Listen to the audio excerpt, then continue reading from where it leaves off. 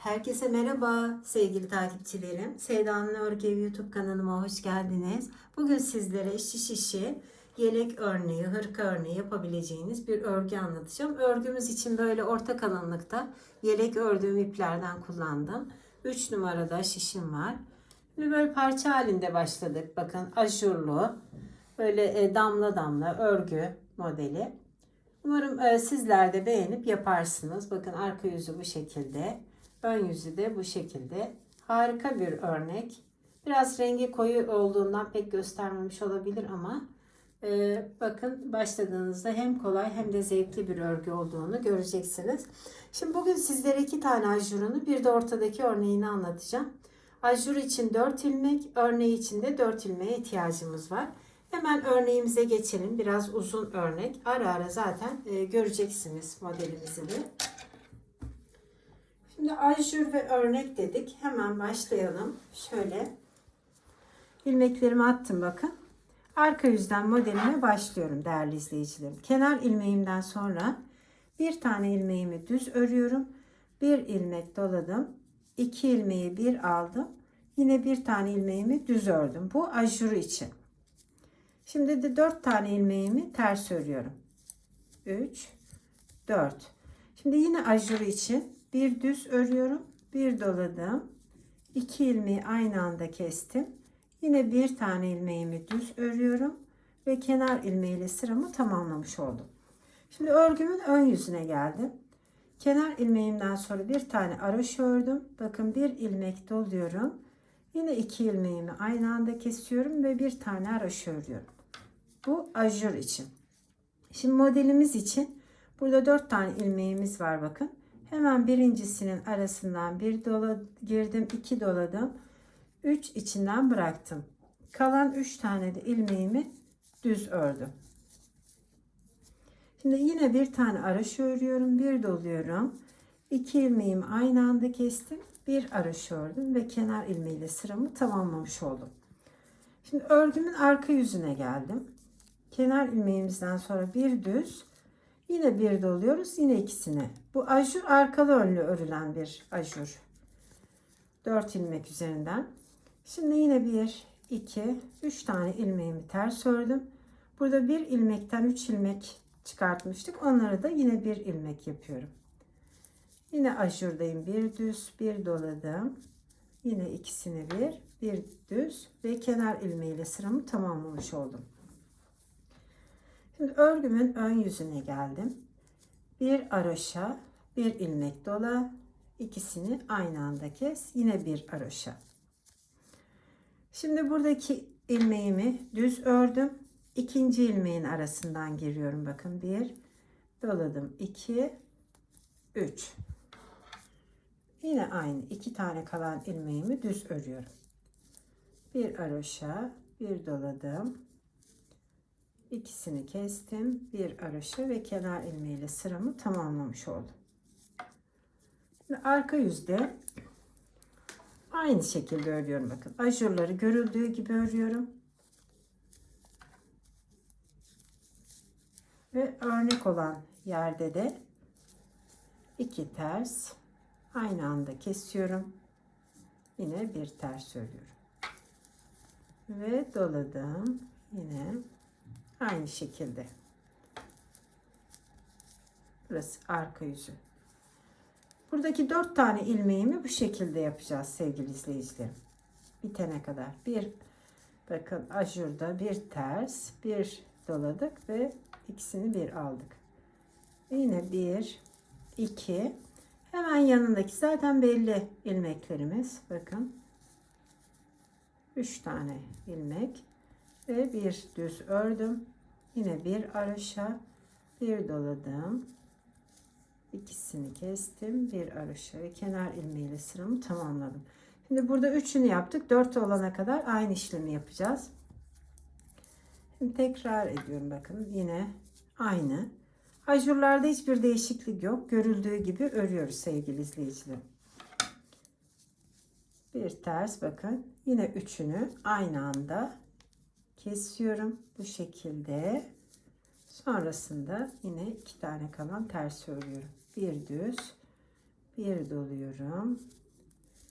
Yine aynı kestim ve kenar ilmeğiyle sıramı tamamlamış oldum. Şimdi örgümün ön yüzü son sırasına geldim. Kenar ilmeğinden sonra bir ters bir doluyoruz. İkisini kesiyorum. Yine bir ters veya röşa. Şimdi 1 2 3 tane ilmeğimi ördüm ve dördüncü son ilmeğimi de aynı şekilde bakın yanından girdim, bir doladım, bir de içinden bıraktım. Ajur olan yerinde bir haroşa, ikisini kesiyorum. Yine bir haroşa, kenar ilmeğiyle sıramı tamamladım bakın. Arka yüzde de görüldüğü gibi örerken siz modelimi yakından izleyin. Şimdi bu çapraz bir model olduğu için şimdi de tam tersi olan böyle, şimdi önce sola doğru örneğimizi yaptık. Şimdi de sağa doğru o damla olan yerleri yapacağız. Veya fıstıklı, ne derseniz. Harika bir model. Bayan yeleğine çok yakışan bir model. Bakın şimdi şöyle 1, 2, 3, 4 ilmeğim vardı. Dördünü de bu şekilde ördüm. Şimdi başlıyorum yine. Ajurlarda hiçbir değişiklik yok. Kenar ilmeğimizden sonra aynı şekilde bir haroşa, bir dola, ikisini bir al, bir haroşa. Şimdi burada ne yapmıştık? Buradan hemen başlamıştık. Şimdi de sağa doğru olacağı için bir, iki tane ilmeğimi ördüm. Bakın. Üçüncüsünü içinden bir doladım, 2 bir ilmek çıkardım, 3. Şimdi bu tarafa doğru buradaki iki ilmeğimi de aynı bu şekilde yapacağım. Bu ilmeğimi düz ördüm. Yine bir haroşa ve ikisini aynı anda kestim. Bir haroşa ve kenar ilmeğiyle sıramı tamamladım. Şimdi sağa doğru kaydırıyoruz. Sonra sola, sonra sağa. Aynı şekilde bakın. Ajurda bir değişiklik yok. Bir düz, bir dola, ikisini bir kez, bir düz. Bir ilmeği ördüm. Hep bu ilmek çıkartmış olduklarımı arka yüzde bir ilmeğe dönüştürüyorum. Yoksa sonra ilmekleriniz artar, örneğiniz yanlış olur değerli izleyicilerim. Eğer videomu beğendiyseniz beğen tuşuna basmayı, sevdiklerinizle paylaşmayı, Sevda'nın Örgü Evi YouTube kanalımıza abone olmayı unutmayın değerli izleyicilerim. Şimdi ön yüzde ajurumuz aynı. Bakın ajuru ördükten sonra şimdi bir tane burada ilmeğimi ördüm. Zaten bu örnekleri takip edeceksiniz. Hemen yanından bakın. Tekrar 3 tane ilmek çıkarttım. Kalan bu önceki ilmek çıkartmış olduklarımı da düz örüyorum. Aynı anda kestim. Bir haroşa ve kenar ilmeğiyle sıramı tamamlamış oldum. Arka yüzündeyim örgümün. Ajurlar hep aynı bakın. Görüldüğü gibi. Hiçbir farklılık yok. Sadece bu işlemi yapıyoruz bakın.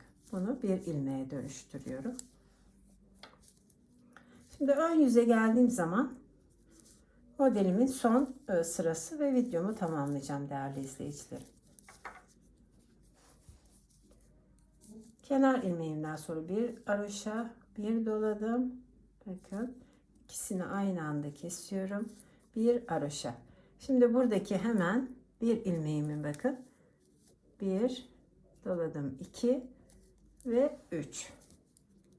Yine düz örüyorum. Kalan 3 tane ilmeğimi yine bir haroşa, ikisini aynı anda kestim, bir haroşa ve kenar ilmeğiyle sıramı tamamladım bakın. Arka yüzde aynı şekilde örüyorum ajurlu yerine. İlmeklerimin 3 tanesini önce zaten belli bakın. Bu ilmek çıkartmış olduğum yerde onu bir kesiyoruz, bir doluyoruz ve kenar ilmeğiyle sıramızı tamamlıyoruz. Sadece bir şunu bitireceğim dedim. Bir tek burasını anlatıp bitirmek istiyorum değerli izleyicilerim. Bakın şimdi örneğimiz bir sağa, bir sola, bir de şuradan hemen anlatalım, bitirelim. Bakın kenar ilmeğimizden sonra bir haroşa, bir doladık, 2 kestik, bir haroşa. Şimdi ne yapıyoruz? Bu ilmeğimizi bakın düz örüyoruz. Çünkü bunu ördüğümüz için bunu düz ördük. Bu ikinciden ilmek çıkartıyoruz. Burasını da en önemli yer anlatmak istedim. Yine devam ediyoruz bakın. Sonra buraya geldiğimizde tekrar sağa, tekrar sola, öyle modelimizi ben tamamlarken siz yakından izleyin parçamı. Ben de sizinle örmüş olduğumu gösterip bugünkü videomu bitirmek istiyorum değerli sevgili izleyicilerim. Biraz uzun örnek olduğu için tam anlaşılsın istedim. Yapan değerli izleyicilerimiz olacaktır eminim. Çünkü güzel bir model. Harika yelek örneği olur. Şimdi şöyle bakın, sizlerle örmüş olduğum parçayı da göstermek istiyorum. Bir sola bir sağa, bir sola bir sola sağa. Umarım anlaşıldı. Şöyle beni izlediğiniz için herkese çok çok teşekkür ediyorum. Bizi izlemeye devam edin. Hoş kalın, hoşça kalın. Örgüyle ve sevgiyle kalın değerli sevgili izleyicilerim diyorum.